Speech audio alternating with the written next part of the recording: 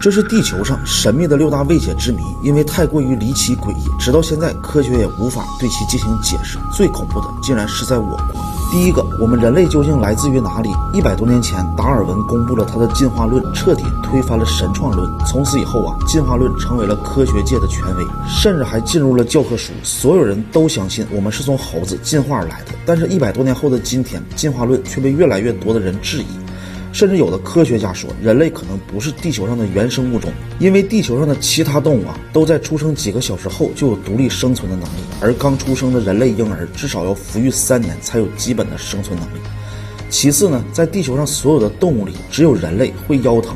如果人类是来自于外星世界，那这一点就很好解释了，很有可能啊，是因为地球的重力和人类的母星上的重力是不同的。第三，这也是进化论里最致命的一点，如果人类真的是从猴子进化来的，那肯定会有许多过渡性的进化阶段。但直到现在，科学界也没有找到过渡性进化阶段的化石证据，就好像人类它是凭空出现的一样。如果人类真的是从猴子进化来的，那么为什么现在的猴子它还是猴子，并没有进化成人类或者是其他具有高级智慧的生物？第二个，马里亚纳海沟之谜。在2018年，科学家在马里亚纳海沟发现了一个无法解释的现象，这里的海水竟全在倒流。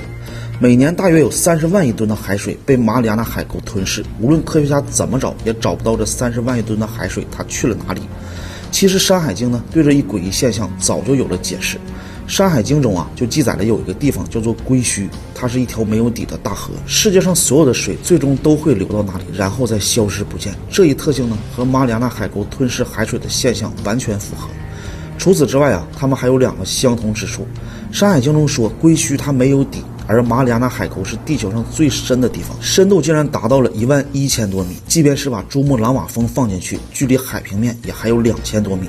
以古人的能力，自然探测不出来，所以马里亚纳海沟也就符合了这个没有底的说法了。第三点呢，也就是最重要的一点，《山海经》中记载，归墟它位于东海之外，而马里亚纳海沟也正好位于这里。结合种种的证据来看啊，马里亚纳海沟它很有可能就是传说中的归墟。第三个，神秘的挪威光圈。在2009年12月8日，挪威的北部夜空上出现了一个神秘的光圈，它呈现出螺旋状，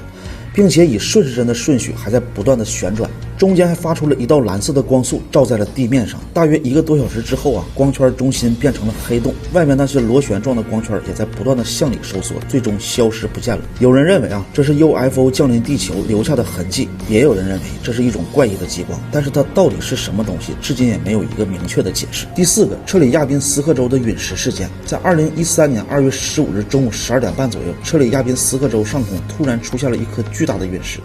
它的长度在18米左右，重量超过了1.2万吨。就在砸到地面上的前一秒，这颗陨石突然发生了爆炸，解体成无数颗小陨石。这一幕啊，正好被行车记录仪拍了下来。车主将这一视频上传到了网上，随后有细心的网友发现呢，在陨石爆炸之前，有一道神秘的黑影从后面追上陨石，并将其贯穿，然后这个陨石才发生了爆炸。目前人类制造出来的武器最快的飞行速度啊，它也不过10马赫，而陨石的坠落速度达到50马赫以上。人类是根本没有能力从后面追上陨石将其贯穿的。如果说这颗陨石它没有爆炸，而是直接砸在地面上，那它释放出来的威力将会达到广岛原子弹的1000倍，周边的3个城市会被瞬间的抹除。因此很多人猜测这很有可能就是高等文明在默默地保护着人类。